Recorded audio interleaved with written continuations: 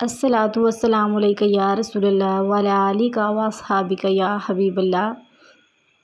लाखों करोड़ों दरूद जनाब मुस्तफ़ा हज़रत मोहम्मद सल्लल्लाहु अलैहि वसल्लम पर और उनकी आल पर।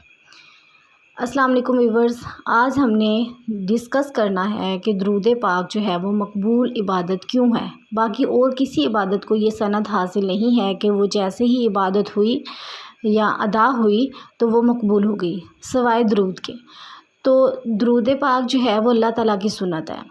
अगर हम देखें कि अगर किसी दरूद का तर्जमा देखते हैं, अल्लाहुम्मा सल्ले अला, ए अल्लाह तू दरूद भेज, तू रहमत भेज नबी करीम हज़रत मोहम्मद सल्लल्लाहु अलैहि वसल्लम पर, तो उसमें हमारा ज़िक्र नहीं है, इंसान का ज़िक्र उसमें नहीं है।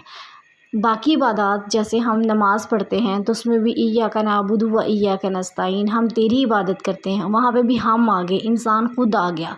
अगर हम इस इस्तग़फ़ार करते हैं तो वहाँ पे भी हम दुआ करते हैं कि अल्लाह पाक मुझे बख्श दे या मैं तुझसे बख्शिश की तलब करता हूँ। तो लेकिन दरूद पाक में ऐसा नहीं है। दरूद पाक में सिर्फ़ अल्लाह ताला का ज़िक्र हो रहा है कि अल्लाह ताला तू भेज दरूद, रहमत भेज नबी करीम हज़रत मोहम्मद सल्लल्लाहु अलैहि वसल्लम पर। तो क्या ये खूबसूरत बात थी कि ऐसी इबादत का हमें पहले ही पता चल गया कि जो मकबूल है, जैसे हमारी ज़ुबान से अदा होगी ये मकबूल हो गई। तो ये इबादत क्या हमें ज़्यादा से ज़्यादा नहीं करनी चाहिए?